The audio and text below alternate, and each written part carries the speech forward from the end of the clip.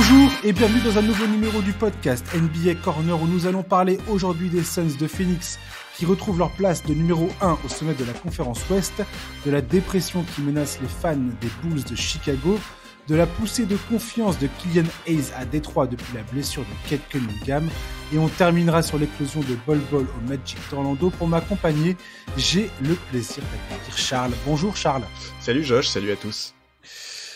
Alors Charlie, on a été témoin hier soir de la belle victoire de Détroit à Détroit face aux Mavericks avec un Killian Hayes de gala. T'as pu regarder le match ou pas ? Ouais, avec une fin de match qui faisait bien plaisir.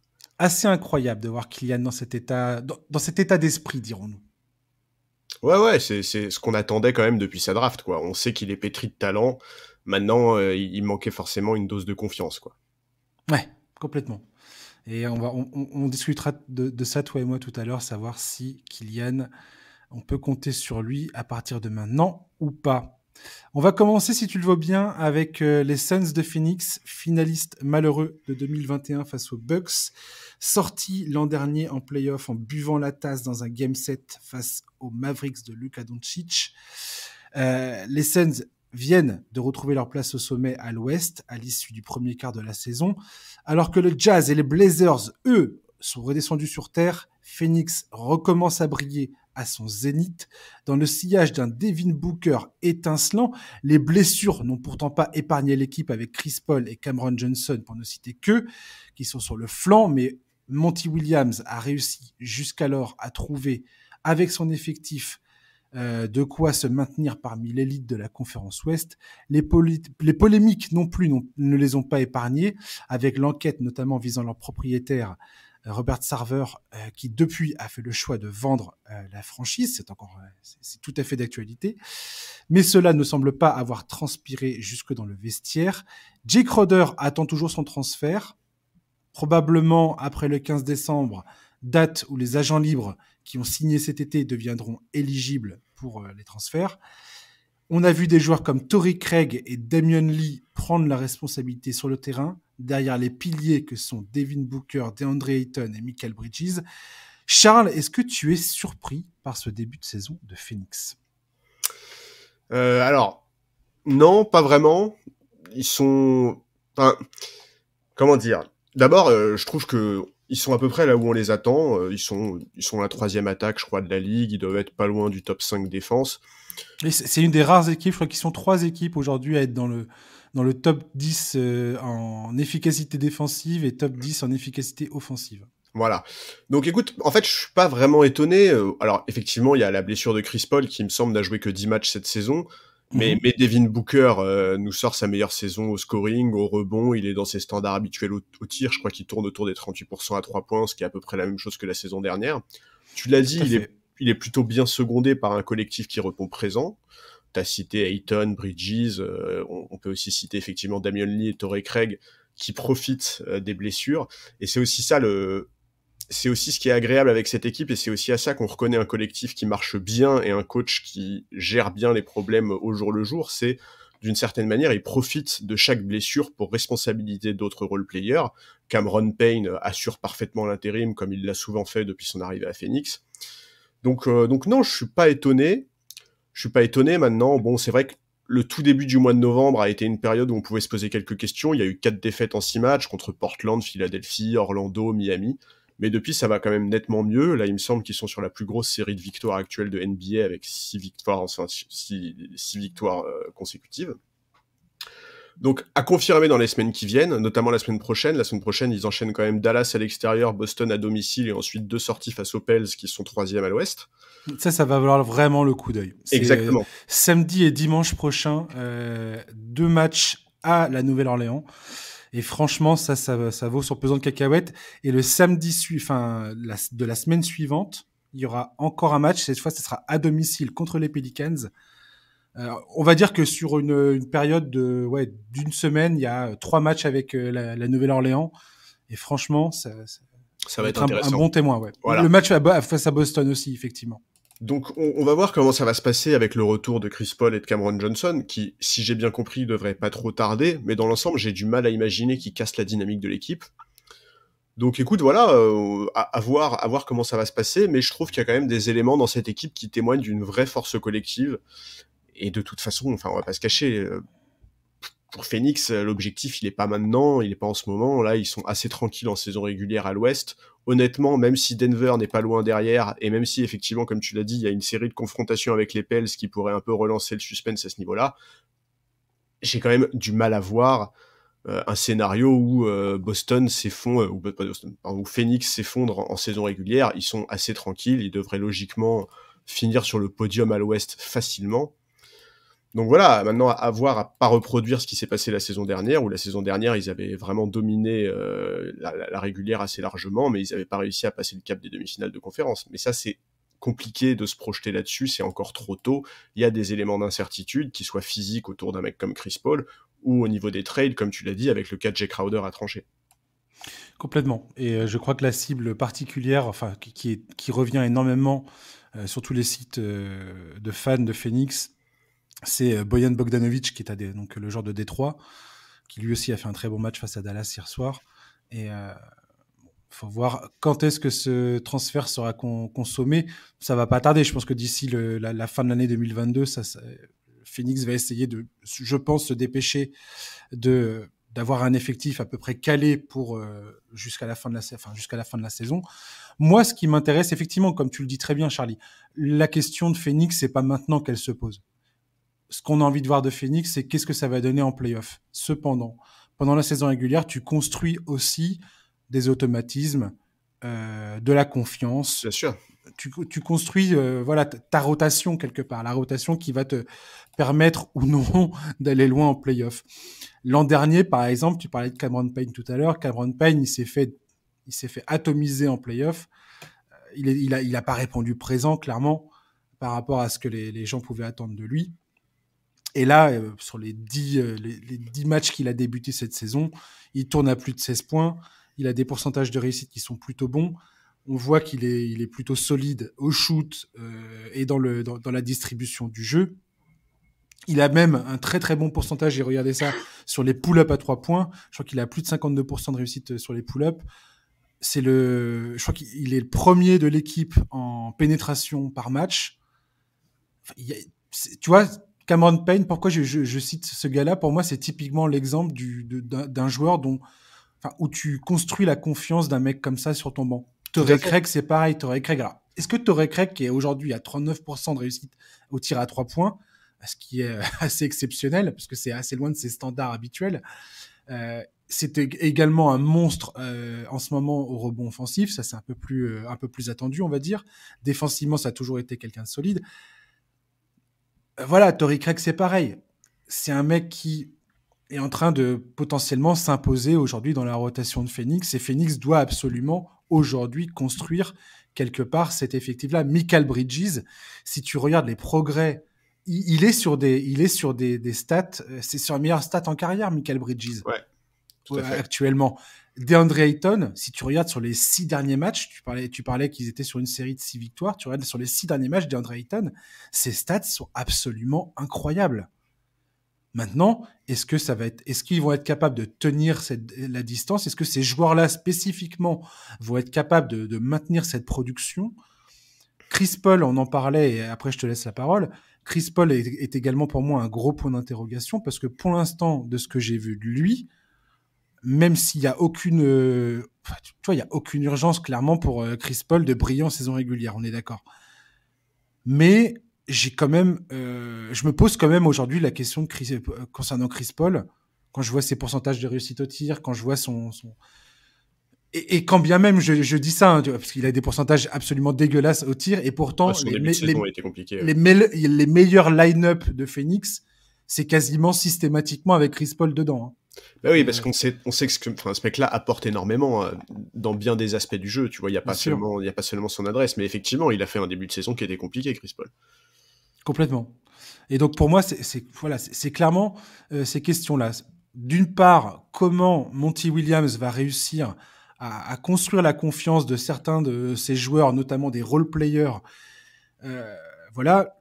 Le pic Damian Lee à l'intersaison en provenance des Warriors, coup de génie. Franchement, le mec, il est juste incroyable.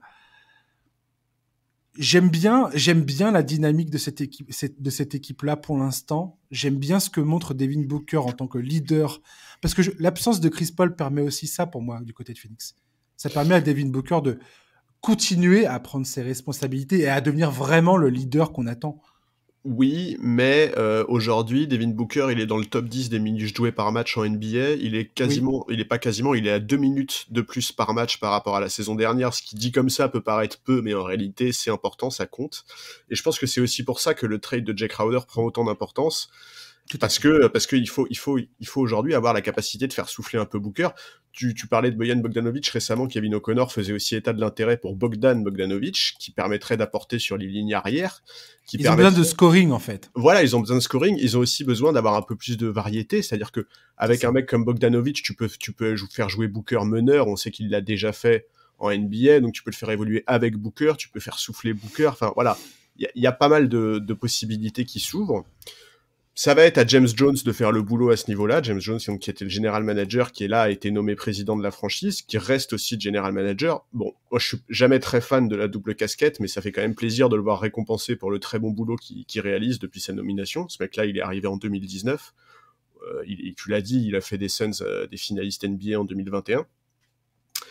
Donc voilà, je trouve que c'est un peu difficile aujourd'hui de se prononcer pour le reste de la saison des Suns parce qu'il y a beaucoup de variables. On l'a dit, l'état physique de Chris Paul, comment est-ce que son retour va se passer, que va donner le trade de Jay Crowder, est-ce qu'ils vont réussir à renforcer l'équipe de manière significative. Moi, collectivement, quelque part, j'ai envie de te dire, oui, ils m'inspirent confiance. Forcément, si tu les compares avec aujourd'hui ceux qui apparaissent à l'Est comme les deux gros favoris, à savoir Milwaukee et Boston, qui sont respectivement meilleure défense et meilleure attaque, je trouve que ces deux équipes-là dégagent malgré tout plus de sérénité. Mais écoute, voilà, on va voir comment ça va se passer. Je trouve qu'en tout cas, ils sont sur la bonne voie. Et je trouve que ce que fait Monty Williams est vraiment intéressant. Aujourd'hui, on sait comment ça se passe une saison régulière en NBA. Avoir des absents, avoir des blessés, ça arrive à toutes les franchises. Par contre, toutes ne gèrent pas la situation aussi bien et toutes n'arrivent pas aussi bien à transformer ce qui pourrait être un gros problème en finalement une opportunité de mettre en valeur des role-players, de leur donner de la confiance, de leur donner du temps de jeu. Charge à lui maintenant de capitaliser là-dessus et de transmettre à ce groupe suffisamment de confiance pour les playoffs, parce que c'est ça l'objectif des Suns, quoi. Ouais, si je joue un peu les pessimistes concernant les Suns, tu parlais des minutes jouées par Devin Booker tout à l'heure, et je trouve que cette donnée est assez intéressante, parce que si tu regardes Mikal Bridges, c'est encore pire. Ouais. Il joue plus de 37 minutes par match, et pour moi, c'est le signe que, quelque part, Monty Williams se repose sur un effectif où les automatismes existent, où les joueurs se connaissent parfaitement bien, se connaissent les forces et les faiblesses des uns et des autres et savent exactement comment jouer les uns avec les autres malgré tout. Enfin, dans ce collectif. Ce que je veux dire par là, c'est que j'arrive pas à m'enlever le sentiment que Phoenix est pas en sur-régime, mais qu'ils sont quelque part un peu au max de ce qu'ils peuvent donner. Tu comprends ce que j'essaie de dire ? Dans la situation actuelle, c'est-à-dire sans Chris Paul, sans Cam Johnson et avec un Jay Crowder qui est hors de la rotation, oui, je suis d'accord avec toi. Mais tout ça peut changer assez vite, en fait, tu vois. D'ici un mois, on peut se retrouver dans une situation où Chris Paul et Cam Johnson sont revenus et où Jay Crowder a été remplacé dans le roster par un mec qui va peser et apporter beaucoup de minutes, tu vois. Donc, mais effectivement, t'as raison. Aujourd'hui, là, je regardais en minutes par match, Mikal Bridges, c'est le deuxième joueur le plus utilisé de la NBA. Et Devin Booker, le 10e. C'est énorme et c'est pas tenable toute la saison. Enfin, tu vois, c'est pas tenable sur toute la saison. Il va falloir trouver des solutions. Ouais. Et ouais, mais voilà. Tout mais justement, Charlie, en l'état, les Suns, est-ce que si le groupe est au complet et fonctionne correctement, comme l'an dernier, tu te souviens l'an dernier, 64 victoires quand même. C'est énorme. Ouais, et on était tous là en train de regarder Phoenix en disant, mais ils vont rouler, ils sont en train de rouler sur la ligue et ils vont marcher sur tout le monde en playoff. Moi, je voyais vraiment la concrétisation des Suns, style l'esprit revanchard de la finale perdue. Ouais, moi aussi, j'étais un peu là-dessus. Et pas du tout, en fait. Et effectivement, ils seront testés. Moi, cette équipe-là, forcément, après cette désillusion l'an dernier, j'ai du mal à leur faire confiance, même avec le retour de Cam Johnson et de Chris Paul dans l'effectif. Et par contre, je trouve ça intéressant si à la marge, parce que je reste persuadé que beaucoup de séries de playoffs se gagnent non pas dans l'affrontement direct entre oui, les séries de playoffs, souvent, moi, se gagnent plus à la marge finalement que de la confrontation directe entre les superstars sur le terrain. Et c'est pour ça, tu vois, que personnellement, je pense que des mecs comme Torrey Craig, Damian Lee et Cameron Payne sont peut-être, c'est peut-être ces joueurs-là qui vont, dans un coup d'éclat à un moment, dans une rencontre, vont faire pencher la balance, quoi. Mais j'arrive pas à avoir 100% confiance dans ce groupe. C'est pareil, j'arrive toujours pas à comprendre ce qui s'est passé ou ce qui se passe encore, peut-être, j'en sais rien, justement, entre Monty Williams et DeAndre Ayton, quoi. Et ce mystère-là, moi, m'obsède quand je pense aux Suns. Je comprends toujours pas pourquoi l'équipe a traîné des pieds pour re-signer ce gars-là, alors qu'il est en train de nous faire une saison de dingue. Et je comprends ce qu'on peut lui reprocher, tu vois. Mais en termes d'attitude, il a pas un côté super tranchant. Mais bon, je sais pas. Ça reste assez bizarre pour moi, les Suns. Alors, tu vois, je suis tout à fait d'accord avec ce que tu viens de dire sur le fait que les séries de playoffs généralement se jouent à la marge, mais en même temps, le Game 7 de mémoire, le Game 7 entre Dallas et Phoenix l'année dernière, c'est justement tout l'inverse qui s'est passé, si mes souvenirs sont bons.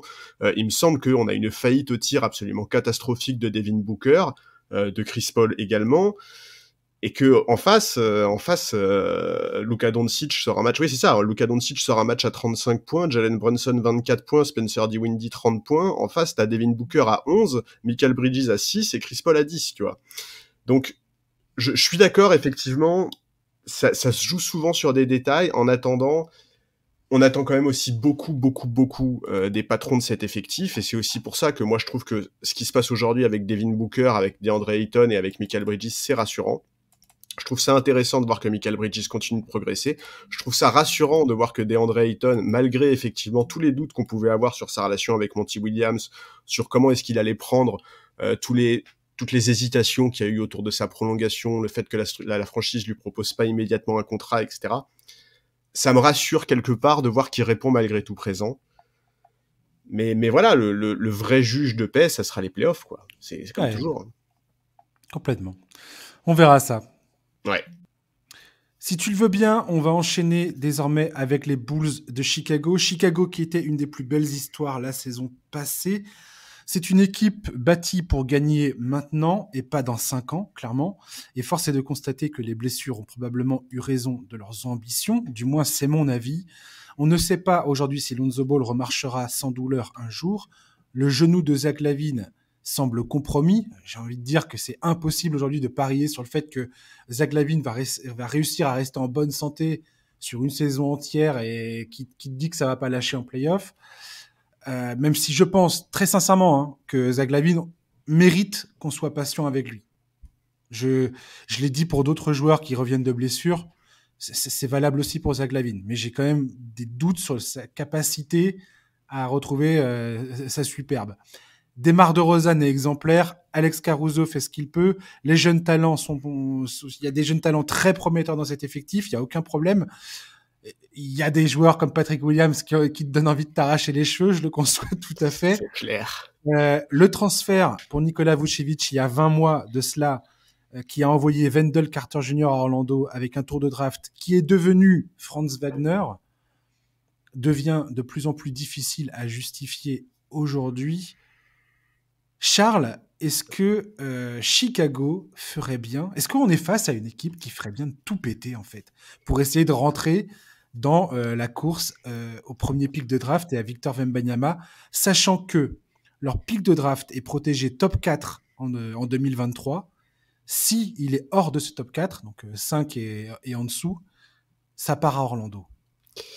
Franchement, non. Enfin, ok, le début de saison est assez catastrophique. Le mot est peut-être un peu dur, mais franchement, c'est un peu difficile de voir ce qui se passe côté Bulls, que ce soit en termes de résultats ou de ce qu'on peut entrevoir de l'ambiance dans l'équipe. C'est pas bon. C'est catastrophique. C'est catastrophique par rapport aux ambitions de ce club. Oui, et puis c'est un peu étonnant aussi, parce qu'en fait, mine de rien, ce groupe, il a assez peu changé par rapport à la saison dernière. Donc, pourquoi est-ce que l'ambiance est devenue je vais pas dire délétère, mais enfin, ça a quand même pas l'air d'être la fête. Les choses semblaient plutôt bien aller. La franchise avait retrouvé les playoffs pour la première fois depuis 2017, il me semble.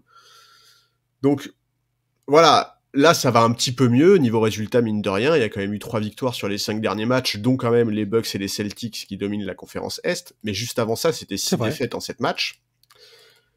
Et voilà, sur cette série de défaites, on a eu la sensation que ça se passait pas très bien au sein du groupe. Il y a eu de la frustration visible, affichée notamment par un Zach LaVine très frustré de pas jouer le Money Time face à Orlando, alors qu'il réalisait un match franchement dégueulasse. Il était à 1 sur 14 tirs, il me semble. Bon, il a eu quelques déclarations pas terribles en sortie de match, clairement dirigées contre le coach. Depuis, il a redressé la barre, ça m'étonne pas trop, parce que Zach LaVine est un joueur qui est très solide mentalement, il l'a déjà prouvé dans son début de carrière. Mais bon, ça reste à ses limites. Maintenant, non, tu peux pas, enfin, tu vois, je suis désolé, mais tu peux pas te dire que t'es dans la course au Victor Wembanyama, que t'es dans le tanking, quand t'as DeMar DeRozan, Zach LaVine. Ok, éventuellement, tu peux envisager un trade. Enfin, tu peux envisager des trades pour faire péter l'équipe. Ah, tu démontes tout, ouais. Ouais, mais c'est pas si simple. D'abord, qu'est-ce que ça veut dire tout démonter? Nikola Vucevic, il est en fin de contrat là, à la fin de saison. Ok, pourquoi pas. Mais enfin, avec le contrat que vient de signer Zach LaVine il y a quelques semaines. Tu vois, comment tu fais, enfin, tu vois, le trader, c'est hyper compliqué. 50, 215 millions. Ben voilà. C'est absolument atroce. Donc c'est compliqué. DeRozan, il a encore une année de contrat après celle-là aussi. Bon, tu vois, les perspectives à moyen terme dans cette équipe, c'est compliqué. Tanker avec cet effectif, c'est pas possible. Donc bon. Moi, je pense qu'il faut virer DeRozan. Il faut virer Vucevic, bien que c'est pareil, Vucevic qui va vouloir de ce gars-là. Enfin, si, tu peux trouver preneur pour le coup. Je pense que pour Vucevic, c'est possible. Pas impossible. Ouais. Et Zach LaVine, faut espérer qu'à un moment ou un autre, il retrouve un petit peu. Vu qu'il sera esselé en tant que star, il va prendre tous les tickets shoot et que quelqu'un finisse par craquer, quoi. Mais par contre, DeRozan, je pense que c'est très compliqué de le trader. Hein. Enfin, DeRozan, il a 33 ans. Là, cette année, il touche 27 millions. La saison prochaine, il touche 28 millions. Enfin, tu vois, ça veut dire qu'il faut quand même envoyer un équivalent salarial. Enfin, c'est compliqué, moi, je trouve, de trader DeRozan aussi. Surtout que, ok, il est exemplaire, ok, il est important depuis qu'il est arrivé à Chicago. Y a rien à dire sur sa production, y a rien à dire sur ce qu'il fait, y a rien à dire sur l'état d'esprit, mais enfin, est-ce que c'est vraiment un leader, tu vois, DeRozan? Donc voilà, je trouve que c'est compliqué. Ils sont dans une situation qui est compliquée. Patrick Williams, on reste très frustré forcément de son apport, même si là il remonte un peu la pente depuis quelques matchs. Il est mieux au scoring, il prend plus de shoot à 3 points. Il a toujours été assez adroit dans l'exercice, tu vois, mais il tentait très peu. Bon, voilà, on reste quand même déçu de son apport. C'est un mec en qui beaucoup de gens, dont moi, croyaient beaucoup. Il a été drafté très haut. Mais il rend fou, Patrick Williams. Oui, mais c'est pas lui qui va révolutionner l'équipe, tu vois. Non, c'est sûr. Donc, voilà, moi je t'avoue, j'ai jamais été convaincu par cet effectif, que ce soit DeRozan, LaVine, Vucevic. C'est des mecs qui individuellement sont bons, c'est des mecs qui statent, mais je trouve que c'est pas des joueurs qui permettent à leur équipe de passer un cap, qui permettent à leur franchise d'être ambitieuse collectivement. J'ai l'impression que dans cette équipe, il n'y a pas cette mentalité de se faire mal, et parfois ça se sent très très fort sur le parquet. Donc voilà, écoute, je me pose des questions. Je trouve ça cruel en fait, Charlie, parce que c'est une équipe qui a tellement tellement été dans le mal pendant un bon moment. L'an dernier, tout d'un coup, il y a cette espèce de success story où tout a l'air de prendre. Caruso est magnifique, Lonzo Ball est magnifique, Zach LaVine est All-Star. Enfin, t'as tout de Rosanne, c'est l'espèce de rédemption magnifique. Vucevic se pointe et tout, tu te dis, waouh, incroyable cette équipe. Pareil, ils tiennent tête au cadre de la conférence Est. On se prend à se dire, mais mon Dieu, ça va être l'équipe que personne va vouloir rencontrer en play-off et ainsi de suite. Aujourd'hui, clairement, Charlie, je veux dire, Chicago, c'est quoi leur ambition? C'est accrocher le play-in? Bah là, oui. Là, effectivement. Et se faire virer 4-1 au premier tour des playoffs. Excuse-moi du peu, mais j'ai pas envie de taper gratuitement sur Chicago, mais aujourd'hui, l'ambition est quand même excessivement limitée par rapport à la réalité de l'effectif. Oui. Et je vois pas. Aujourd'hui, pour moi, c'est typiquement le genre d'équipe qui doit prendre une décision sportive, aussi pénible soit-elle, en se disant, écoutez, là on va nulle part. Enfin, je veux dire. Oui, mais enfin, tu vois, c'est compliqué parce que on l'a déjà dit. Bon, bah, la situation contractuelle de plusieurs joueurs fait que c'est compliqué de tout faire péter. Billy Donovan, on a appris qu'il avait été prolongé par la franchise cet été. Alors, moi, je suis pas Mais du tout t'essaies de garder ton pic. T'essaies au moins de perdre le maximum de matchs possible pour garder ton pic top 4. Sauf que top 4, il faut vraiment être dans le fin fond du classement, tu vois. Mais ils sont pas si loin que ça. Ils ont 9 victoires, 12 défaites. Non mais attends, comment t'expliques à un mec comme Zach LaVine, qui est ultra ambitieux, qui sort d'une C'est saison où il a été All-Star, comment tu lui dis « bouge pas mon gars, aujourd'hui Bah, nos adversaires c'est Détroit et Orlando », enfin tu vois, c'est pas possible. Tu lui dis, mec, tu vas gagner 45 millions de dollars par saison, t'inquiète pas. Tout va bien. Tout va Ouais, bien, mais enfin, tu vois, s'ils se contentent de ça, faut pas aller chercher plus loin les problèmes dans l'équipe, tu vois. Si c'est vraiment Ouais. ça la mentalité des joueurs de cette équipe, et ça, je peux pas y croire, tu vois. Je peux pas croire que Zach LaVine il se contente de ça. Non, mais bien sûr. Et je dis pas du tout que c'est la mentalité de. Ouais, non, mais je sais. Mais je reviens sur Billy Donovan. C'est, tu vois, sa prolongation, on peut la comprendre. Ça s'inscrit dans une volonté de miser sur la continuité. Mais je suis désolé, quand t'as cet effectif-là, tu dois proposer mieux, au moins en attaque. Alors, je vais revenir 2 secondes sur Lonzo Ball. Je sais que je suis pas le plus objectif sur ce joueur parce que j'adore, mais je reste persuadé. fan. Ouais, voilà, complètement. Mais je reste persuadé que son absence est vraiment très pénalisante pour son équipe. Il apporterait une forme de cohérence offensive.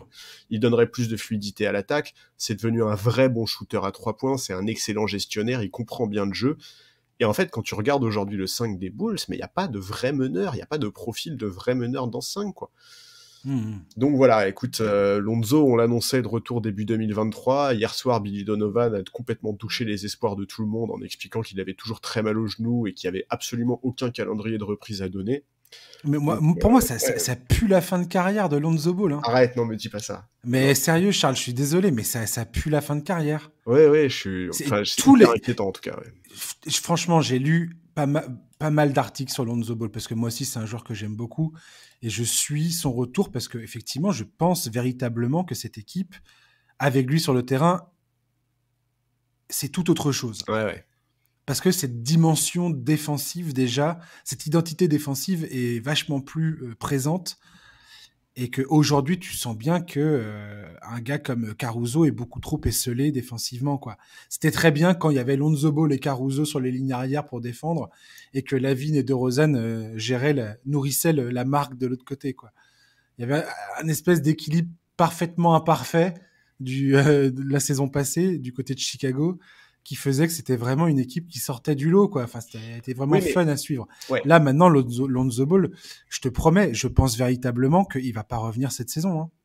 Le gars n'arrive même pas à marcher sans avoir mal, tu te rends compte? Ouais, non, mais je sais bien. Et donc on est à 100 lieues d'imaginer qu'il puisse arriver et défendre sur ses appuis face à des mecs élites offensivement, quoi. Ça, c'est clair. Non, mais ça, là-dessus, je suis complètement d'accord. Ouais, je suis d'accord. Maintenant, écoute,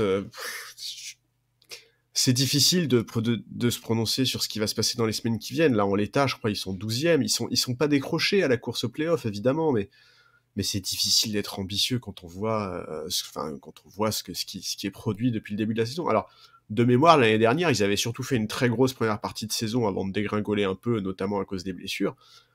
Bon, bah là, il faut espérer voir l'inverse, en fait. C'est nécessaire, tu vois. Il faut que LaVine monte en puissance. Il a eu, tu l'as dit, des soucis physiques, donc il était clairement pas à 100%. Il est clairement pas à 100%. Ouais, il est clairement pas à 100%. Il est en dents de scie totale et il y a des matchs où t'as l'impression qu'il a retrouvé la totalité de ses moyens et puis d'autres matchs où tu te dis mais qu'est-ce qu'il fait? C'est vraiment l'ombre de lui-même sur le terrain, quoi. Bah, contre Orlando, c'était terrible. Ah non, mais c'est... Bah, écoute, on verra bien. Je sais pas. Les Bulls, je suis désolé de dire ça, mais les Bulls, pour moi, typiquement le genre d'équipe qui... je sais pas.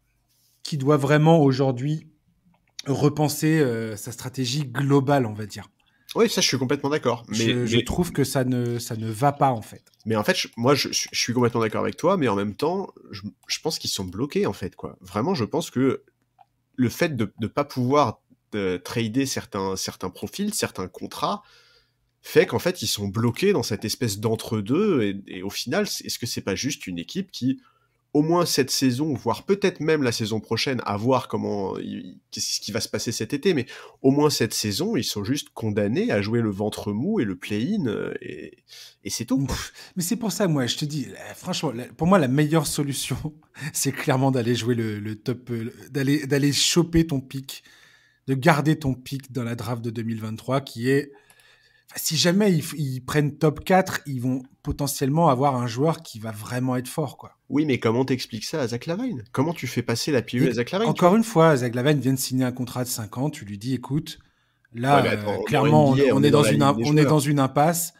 Tu prends le temps justement, tu le mets sur la touche et tu le laisses récupérer vraiment tous ses moyens. Moi, je pense qu'en faisant ça, tu t'exposes surtout au fait que il entre en conflit avec la franchise et ils finissent par demander soit être tradé, soit, enfin, tu vois, qu'on se retrouve dans une situation qui est encore plus inextricable qu'aujourd'hui, quoi. Ah, C'est un peu ce que j'ai je hâte crains. de voir.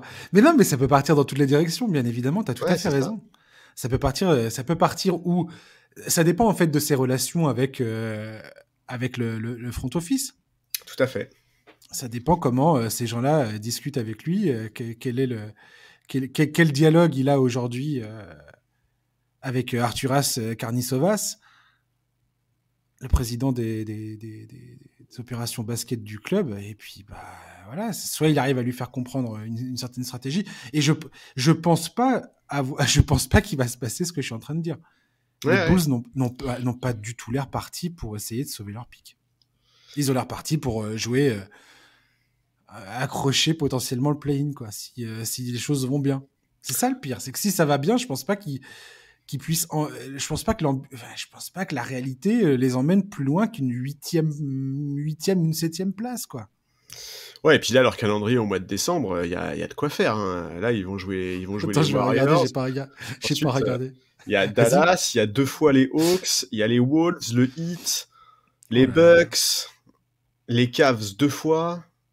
Ouais, Ah ouais, ah ouais, ah ouais, ah ouais, ah ouais, ils enchaînent. Ah ouais, c'est Golden State Sacramento. Là, les deux prochains matchs. Et après, t'as du Dallas, Atlanta, New York, Minnesota, Miami, Atlanta, New York. Les Bucks, c'est le 29 décembre. Cleveland 2 fois pour commencer l'année. Mais tu vois, typiquement, Brooklyn, Philadelphie, bam. Boston, oh mon Dieu. la triple confrontation avec New York, elle va être intéressante parce que en fait, entre New York et Chicago, aujourd'hui, il y a qu'un match d'écart. Ça peut Et déterminer beaucoup de choses. Ouais. ouais, c'est ça. Et tu vois, c'est un peu deux franchises qui sont dans la même situation, c'est-à-dire deux franchises qui aujourd'hui regardent le ventre mou de la NBA et se disent bon bah est-ce qu'on va passer toute l'année là-dedans. Tu vois, c'est confortable, mais en même temps, c'est pas terrible. Bon, ouais. Ouais, c'est toujours marrant ces équipes qui végètent. On va enchaîner avec Killian Hayes. On va parler de choses un peu plus réjouissantes. Killian Hayes qui a réalisé donc cet excellent match face à Dallas la nuit dernière, avec des tirs clutch dans les moments décisifs face à Luka Doncic, le maître en la matière. Alors, Killian Hayes, c'est assez bizarre parce qu'il a commencé l'année de façon assez catastrophique. Ouais. Je sais plus à combien. Attends, j'ai noté ça quelque part. Je sais plus à combien il a commencé l'année à 3 points. Mais c'était un truc absolument... Ah bah de toute façon, voilà, les 11 premiers matchs. 20% au tir, 16,7% à 3 points. au true shooting percentage, c'était un des pires joueurs de la ligue. Catastrophique. Bon.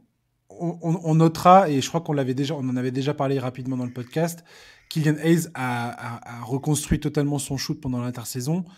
Donc moi, personnellement, quand j'ai vu ça, j'ai pas paniqué. Non, je suis d'accord. Maintenant, quand tu regardes la carrière pour l'instant de Killian Hayes, il est à deux doigts. Il a quand même été drafté en 7e position. C'est le premier gars qui a drafté Troy Weaver quand il a obtenu son poste de general manager en 2020. Bon, tu regardes aujourd'hui ses stats, ces 2 premières saisons, je crois que il est à 37, un peu plus de 37% au tir, un peu tout proche des 27% à 3 points. C'est vraiment timide, quoi. C'est C'est terrible. limite, le gars sera plus dans la ligue très rapidement, quelque part. Surtout quand tu vois les Pistons qui prennent Kate Cunningham et qui prennent Jaden Ivey lors de la dernière draft. Tu te dis, bon, où ça va cette histoire, quoi. Et là, j'ai envie de dire, ce match face à Dallas, on a enfin vu le visage de Killian, confiant en lui, qui ne craint pas de prendre les tirs. Et ça fait hyper plaisir à voir. Ouais, mais t'as tout dit en fait. C'est en fait, enfin, Kylian Hayes, il est bourré de talent. On le sait depuis toujours en fait. Nous, en tant que Français, on le suivait de particulièrement près, même avant sa draft, etc. Enfin, on a toujours su que ce mec-là, il était bourré de talent, mais il lui manque. Et c'est pas le seul dans ce cas-là. Nilikina était un peu pareil. Il manque à ces Ça m'a fait mecs-là. très rire d'ailleurs que ce soit face à Dallas qui fasse ça. Ouais. T'avais Nilikina qui était sur le banc, qui était là en train de chiller sur le banc peinard. Et j'étais en train de me dire, mais c'est marrant parce que c'est voilà deux meneurs français et Kylian Hayes est en train peut-être de s'extirper sur ce match de ce destin-là. En fait, il leur manque ce côté un peu égoïste, tu vois, cette confiance en soi, ce côté un peu égo dont les jeunes joueurs américains font souvent preuve. Et C'est ce qu'a dit exactement le commentateur des Pistons. Il bah dit ouais, ah ça y est, Kylian Hayes est en train de s'américaniser. bah oui, mais c'est exactement ça. Et honnêtement, voilà, depuis le début de sa carrière NBA, c'était parfois un peu dur de le voir. Surtout depuis l'arrivée de Kate Cunningham, il sombrait un peu entre guillemets, il refusait parfois des tirs, il se contentait vraiment du strict minimum. Et c'est dur. Et bon, voilà, le match de cette nuit, ça a été un vrai plaisir. Enfin, moi, j'ai adoré voir ça. Il a fait un vrai bon match, 22 points, 8 passes, 10 sur 13 au tir, 2 sur 4 à 3 points. Il a été important défensivement. Et d'ailleurs, Dwayne Casey lui a rendu un très bel hommage à l'issue du match. Il l'a présenté comme leur meilleur créateur, leur meilleur meneur de jeu, et surtout leur meilleur défenseur sur les meneurs adverses. Donc voilà. L'amour de Dwayne Casey pour Kylian Hayes est quand même assez incroyable. Quand tu regardes les déclarations de Dwayne Casey à propos de Kylian Hayes, et je parle pas de hier où c'était facile de dire ah Kylian, mon Kylian, c'est magnifique ce que tu fais. Non. Dwayne Casey est un des premiers supporters de Kylian Hayes. Il arrête pas de dire ce gars-là est pétri de talent. Je crois en lui et j'espère qu'il va y parvenir quoi. Ouais, je suis d'accord. Et voilà, et c'est vrai que c'est difficile parce que Kylian Hayes, il a été drafté très haut, tu l'as dit. En plus, cette année, il a vu Tyrese Haliburton qui a été drafté derrière lui, pour le coup. Tyrese Haliburton, il a été drafté 12e, là où Kylian Hayes était 7e. Il le voit complètement exploser, prendre une ampleur incroyable et tout. Donc ça doit faire un peu mal tout ça, tu vois.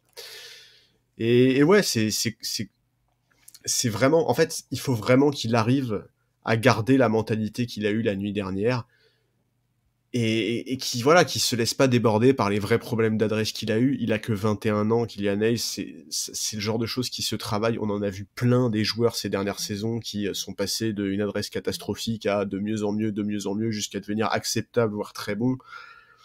Il a la confiance de son coach, visiblement il a la confiance de ses coéquipiers aussi.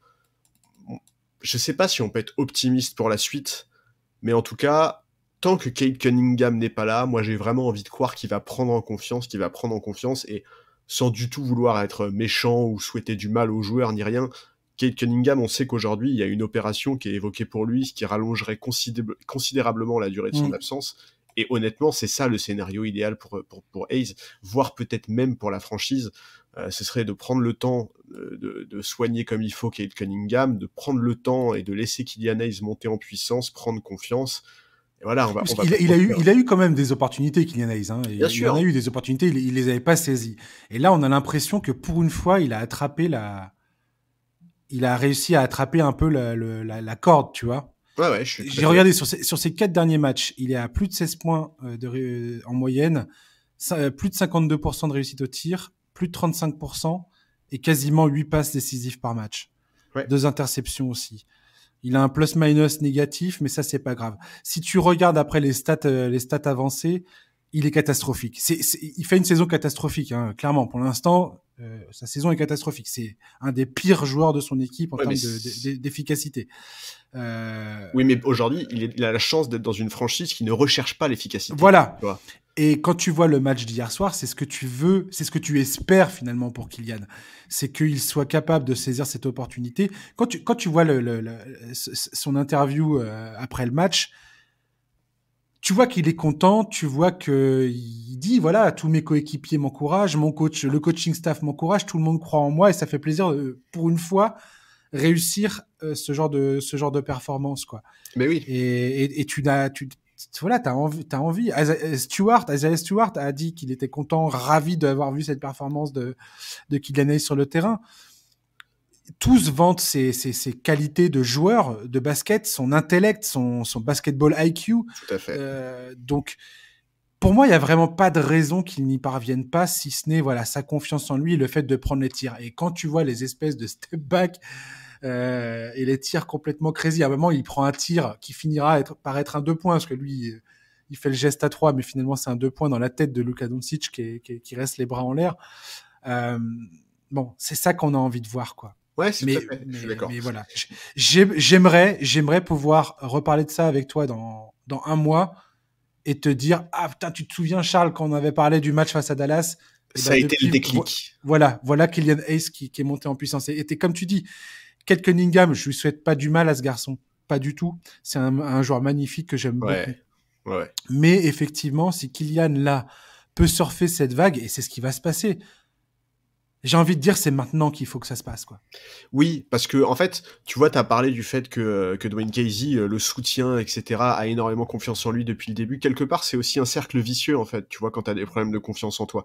Kylian Hayes, il voyait son coach le défendre corps et âme, là où quasiment tout le reste des observateurs de la ligue l'enterraient 6 pieds sous terre, et il voyait qu'il n'arrivait pas à répondre à cette confiance. Et ça doit être terrible quand tu te poses déjà beaucoup de questions sur ton rôle, sur ton apport, sur ton début de carrière, etc. Donc là, voir qu'il est enfin en mesure de rendre à son coach toute la confiance qu'il lui manifeste depuis sa draft, c'est quelque chose qui est hyper important. Et effectivement, il faut absolument qu'il capitalise là-dessus. Il a quel âge, Kylian Hayes? Il a 21 ans. Ouais, il a 21 ans. Comme ça. Il y a une phrase de Dwayne Casey qui est assez magnifique. Dans le post-game, il dit que Kylian Hayes est un joueur qui grandit. Enfin, il dit, en NBA, on est toujours impatient. On a toujours la volonté de voir les joueurs progresser excessivement rapidement, alors que quelque part un joueur progresse toujours à son rythme, en fait. Bien sûr. Et il dit, quand je vois Kylian Hayes, il progresse à son rythme.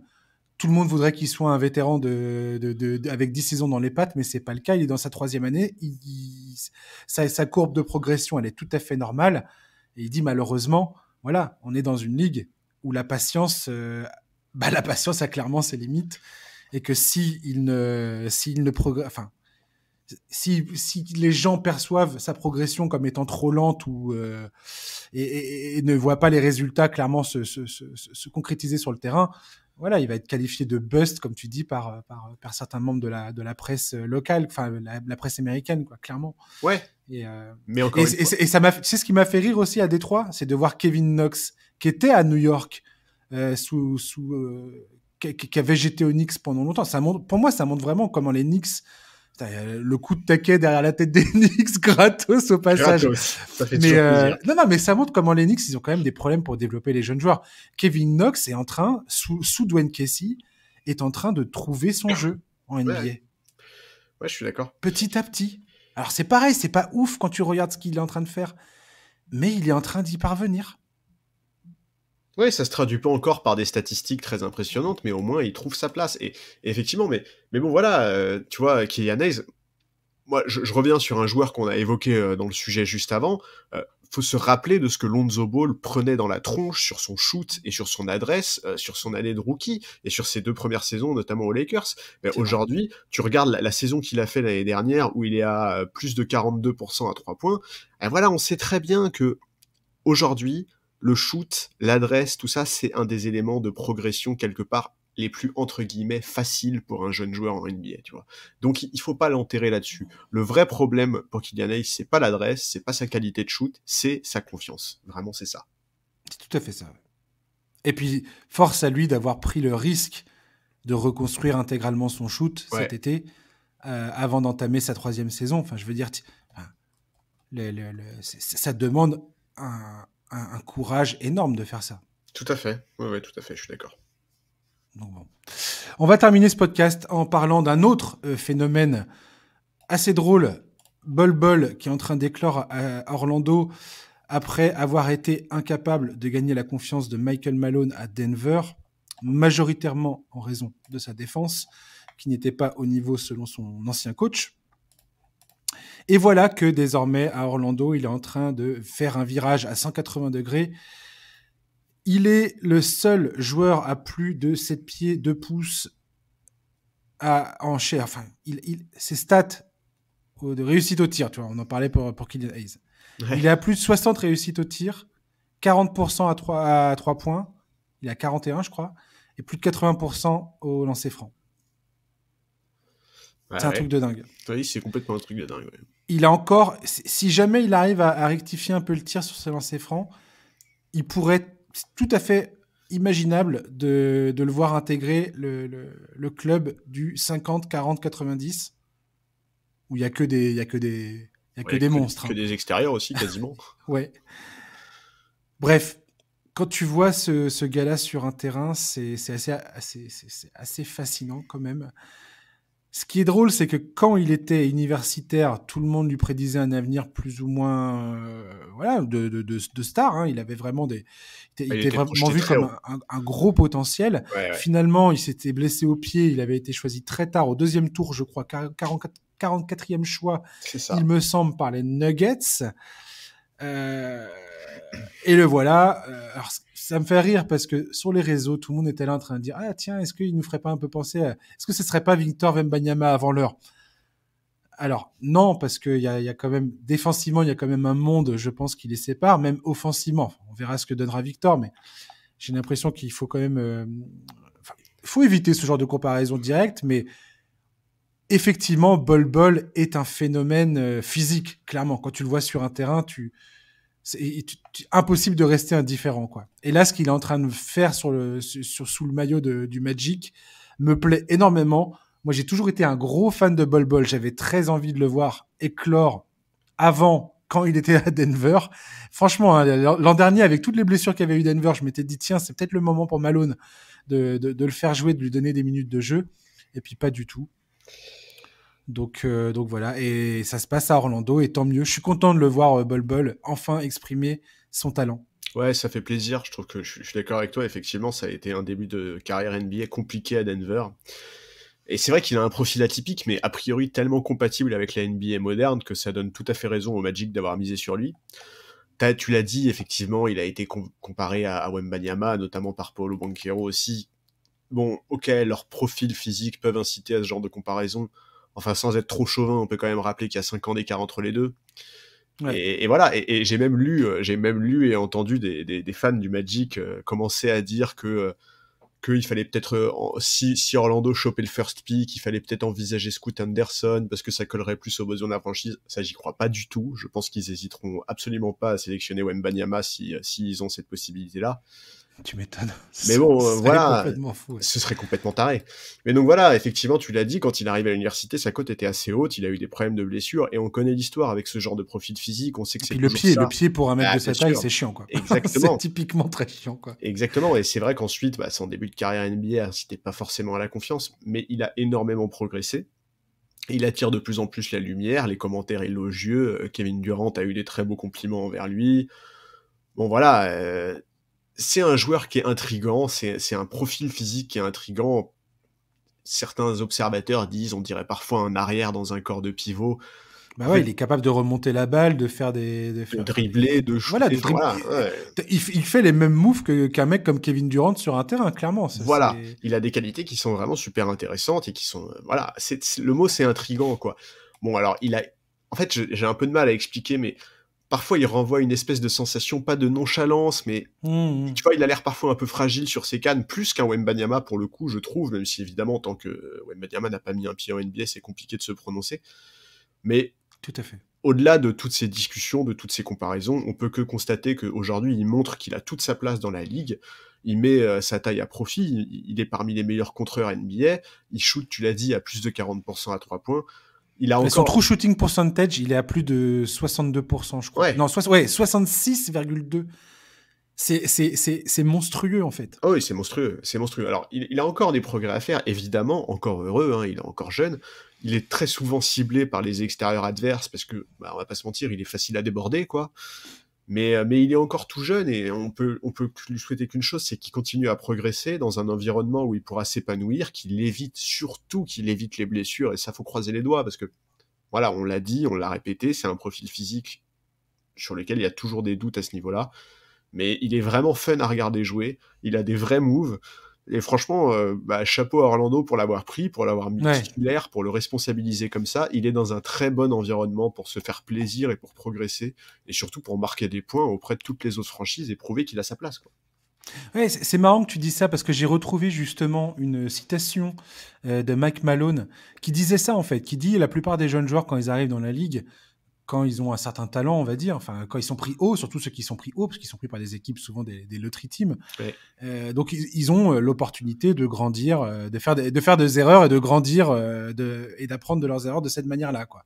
Parce que leur équipe de toute façon joue péniblement la qualification au playoff, voire pas du tout.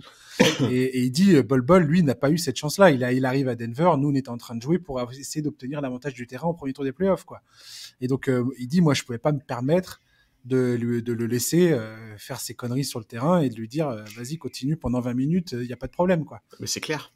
Voilà, tu vas pas gâcher Jamal Murray et Nikola Jokic qui entrent dans leur prime ou qui sont en train de se diriger vers ce prime et de gagner cette expérience. Tu vas pas prendre ce risque-là, quoi. Bah non, tout à fait. Et tu l'as dit, effectivement, il était tombé dans une franchise qui était vraiment ambitieuse, parce que tu as parlé d'avantage de terrain au premier tour, mais ça va même au-delà.